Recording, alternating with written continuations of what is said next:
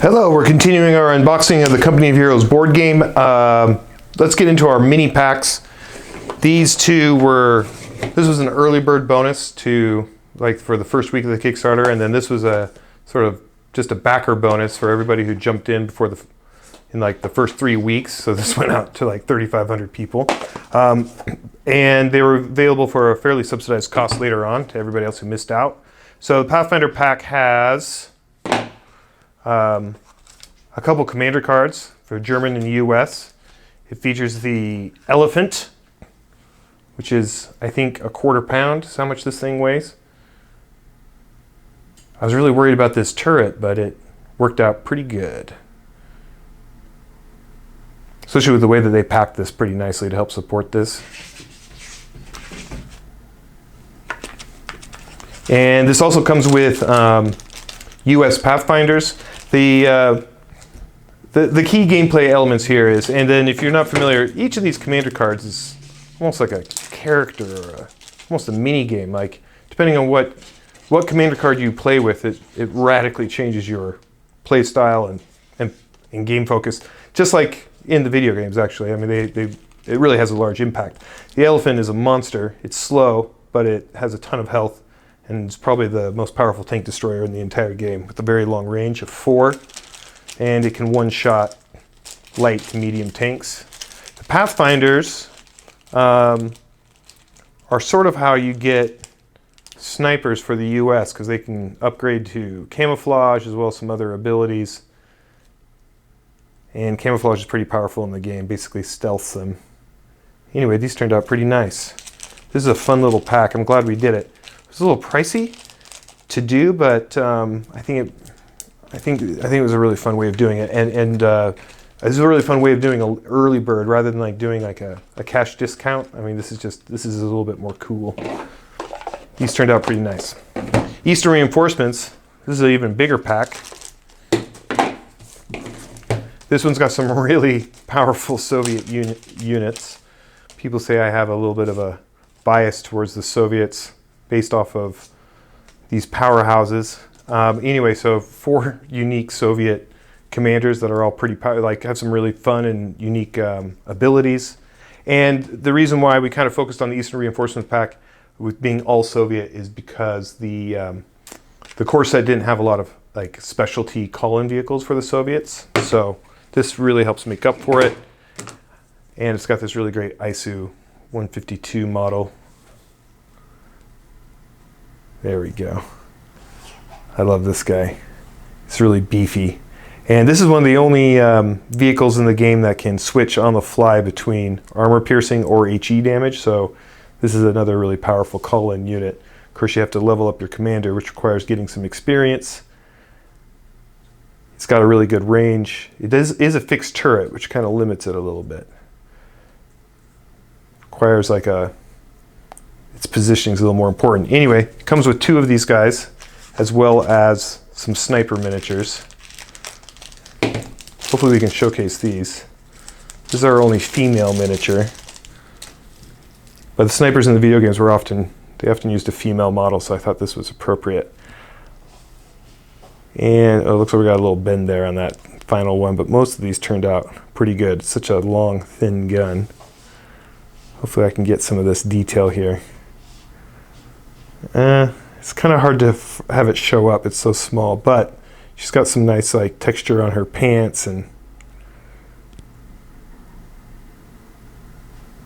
anyway, those are our snipers.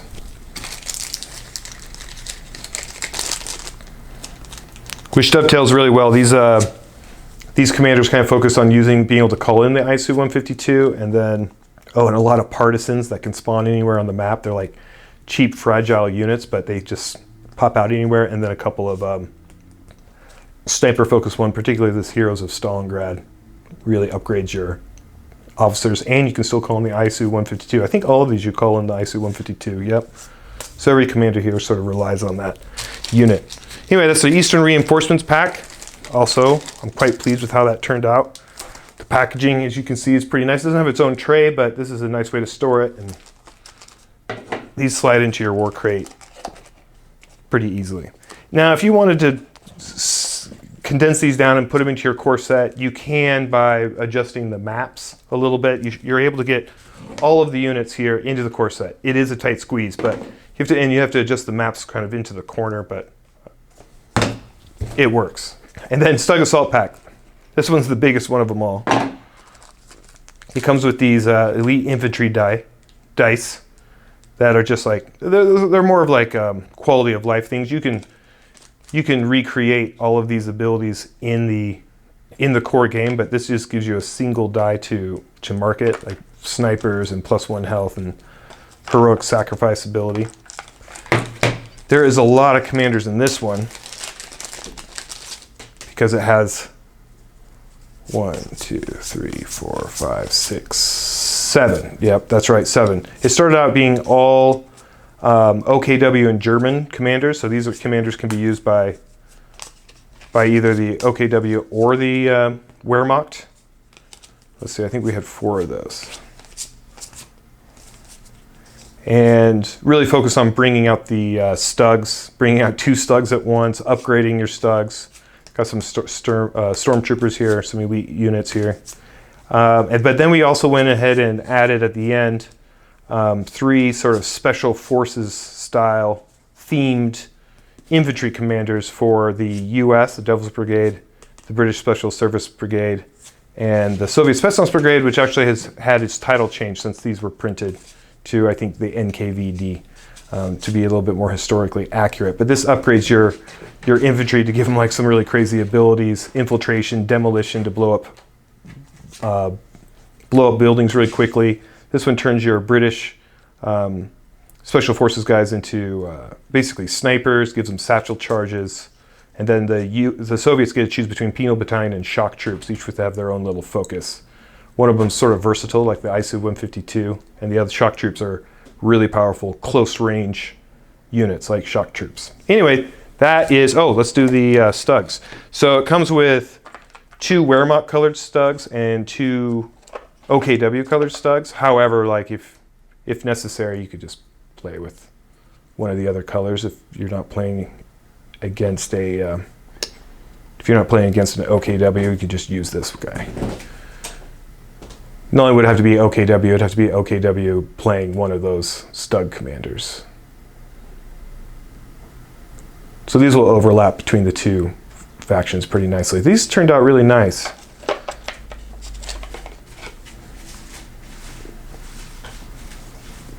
The Stug in this game, in this version, somewhat similar to the video games, is a sort of a medium tank for the Germans. Lets you get them out a little bit faster. They're a little bit cheaper. They're not as heavy duty as the Panzer IV, some of the other German tanks, or the Tiger, but it provides a really nice like mid-game role.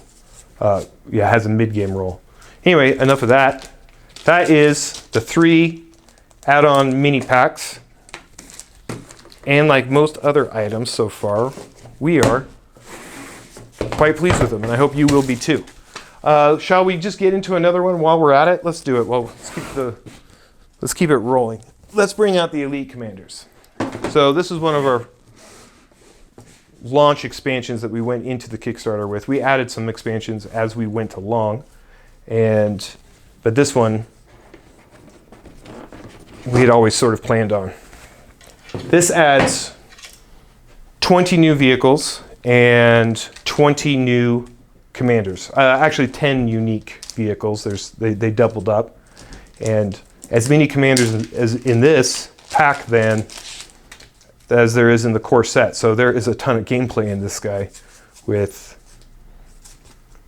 all these commanders. Oh wait, there's yeah, that's right. There's just as many because there's 4 per faction, including OKW, I believe. 1, 2, 3, 4, 6, 7, 8, 9, 10, 11, 14, 15. Sorry, it's 16 commanders, so a little bit less, but still quite chunky. A little bit less than the core set. And these bring out, all of these commanders focus on bringing out some of these elite heavy units, except for, of course, the Stuart, which is not necessarily an elite heavy unit, but it lets you spawn a bunch of them, and they're very, very cheap. So kind of do a Stuart spam. So let's talk about some of the vehicles in here and take a closer look.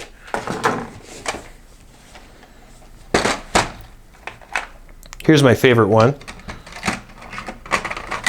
Although it rotates, my favorite's changed a little bit. This is the Sherman Calliope, and it serves as a heavy armor, long range HE vehicle. Look at that, isn't that cool?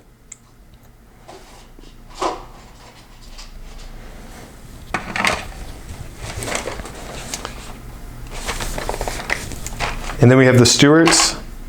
I'm really pleased these machine guns turned out. I was a little worried about these separate, small, detailed little machine gun turning out on a cast molded vehicle, but they turned out pretty good. I don't know if I've showcased this before, but all these turrets come separate, so it allows them to rotate. And then they've got a little code here on the bottom that will help you match it up to the right body, just as you kind of learn and become familiar with the different vehicles.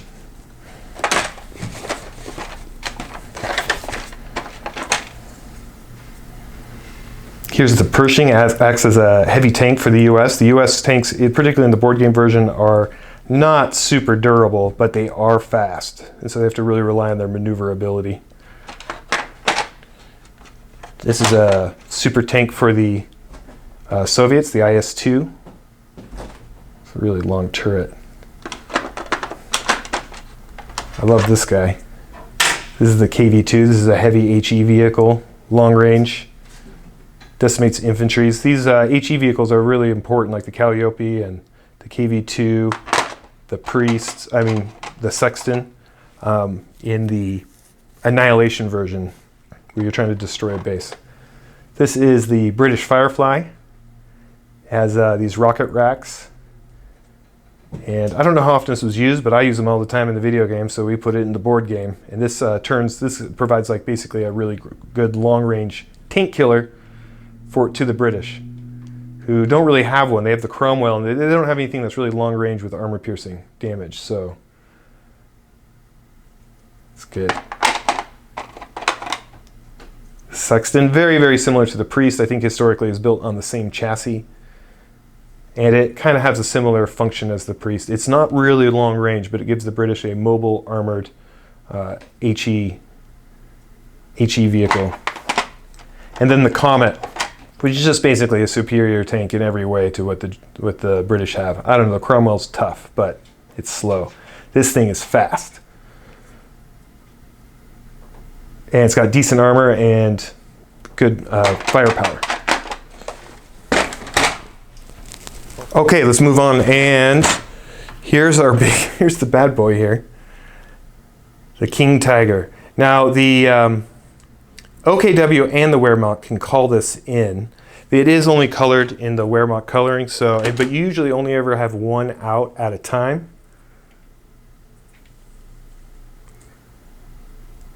So we recommend painting one of these in OKW coloring. Here's an example of that.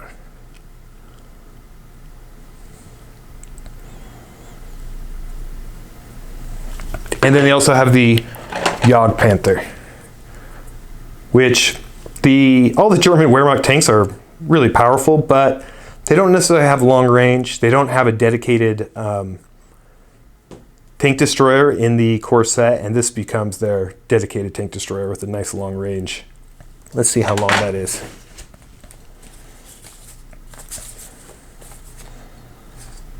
Yeah, he's got a range of 4.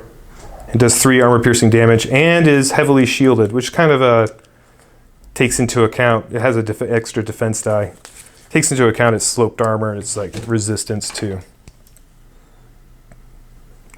armor-piercing damage.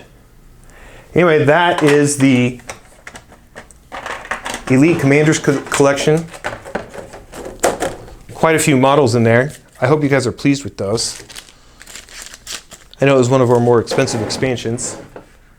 Quite a bit of gameplay, and hopefully it adds quite a bit of replayability to the Company Heroes board game. What would you like to see next? Shall we take a look at... Let's take a look at the OKW.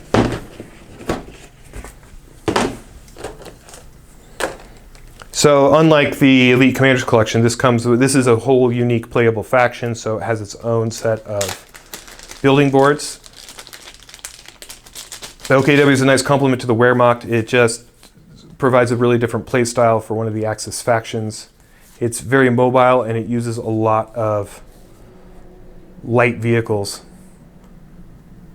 The Stuka half-track is really useful. No one else has a light vehicle, sort of our artillery vehicle. Anyway, this has a really long range and it's really, really fast. Most people have to rely on mortars, which are pretty slow because you have to set them up and deploy them. It doesn't have the same type of scout vehicle as the other units, which normally heal and reinforce or carry. It's the Kettenkrad, but it has double speed, heroic sacrifice, which means that they're pretty expendable, and it's really good at neutralizing and capturing points. So let's take a look at some of these miniatures. Oh, I guess I could go into a little bit more of the whole strategy of these guys, but this is more of a components overview. And then the Tier 3 building has some Obersoldaten, which are just really powerful elite unit infantry. And then two kind of expensive, but extremely powerful heavy vehicles, the Panther and the Sturm Tiger. This is another quarter-pound miniature. The metal version of this is a full pound. So even if you don't end up using it, you'll have some really great paperweights or a handy weapon. Don't get frustrated while you're playing. So here is the Sturm Tiger, really long range, devastating HE ability. Although slow, extremely powerful in annihilation modes where you're trying to destroy the other maps. 3 of these. So we were going to have some configurable half tracks, but it didn't really work out manufacturing wise. It wasn't, the quality was inconsistent. They're having a hard time making it work. They're very delicate. So we did take out that idea, but we ended up adding in an extra Stuka half track and Puma.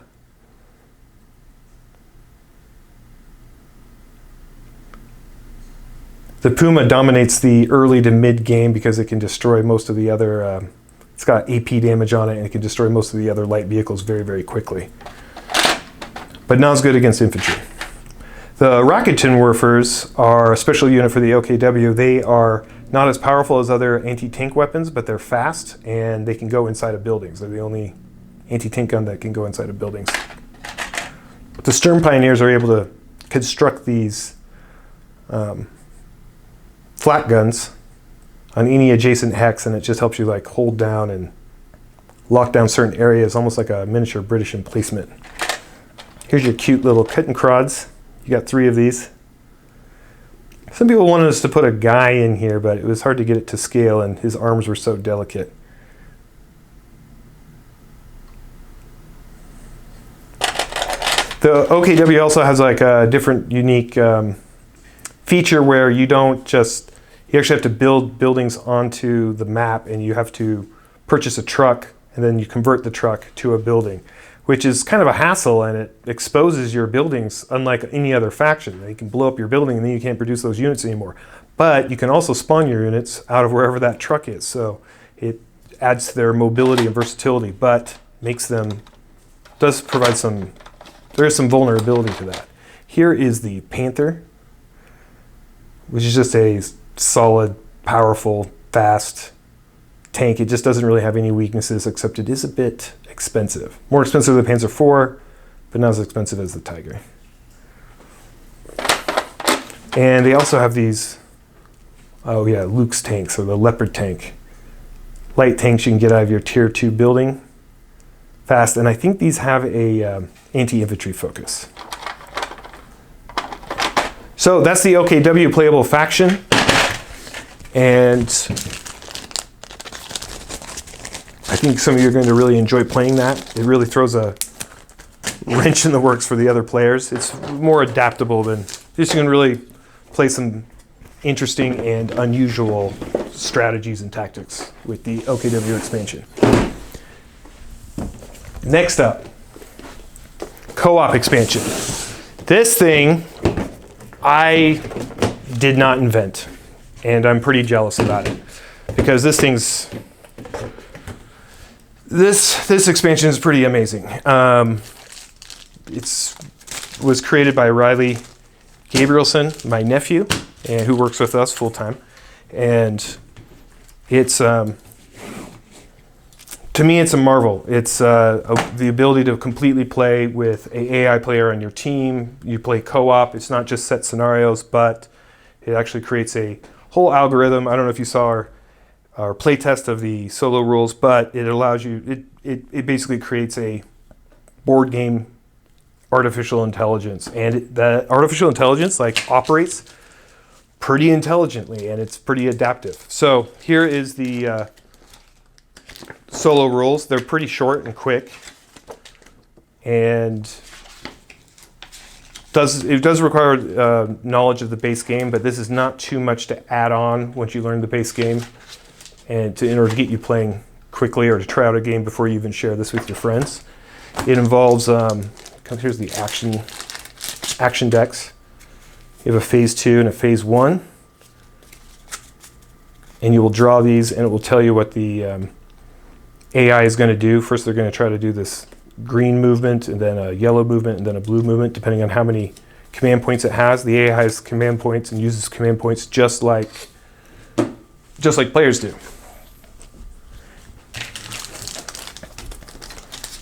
These are tarot-sized instruction cards. So here's your target selection you'll use to decide who the AI prioritizes. And then these are your instruction cards, which eventually you'll just memorize, but it's really nice to have these. So as I pull up Coordinated Assault, first I'll go to the green victory point card, and it tells me exactly what AI unit is going to move and what it's going to try to do. And so you kind of just follow along, and it's very, very systematic. Here are the AI tokens. So right now, because it requires so many tokens, and these are really, really huge, you can only play against the Wehrmacht, although it's kind of a mix between Wehrmacht and OKW. But primarily Wehrmacht. If we do a 1.5, then this is one of the things that we'd really like to do is create US, British, and Soviet versions of the AI tokens. Oh, there's a lot.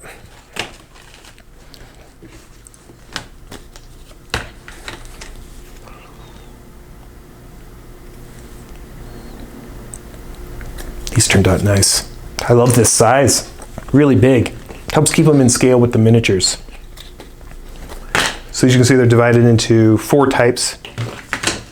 Blue, red, yellow, and green. And usually that kind of helps divide them between mortars, heavy vehicles, light vehicles, and infantry, but not perfectly. Anyway, depending on what color it is, it sort of depends on what it does. And then the genius of this thing is it's got a lot of fog of war, because as these move around on the map, you're only seeing this until you move into range, and then you flip it over. And in this case, it's actually an event rather than a unit. I think these are all.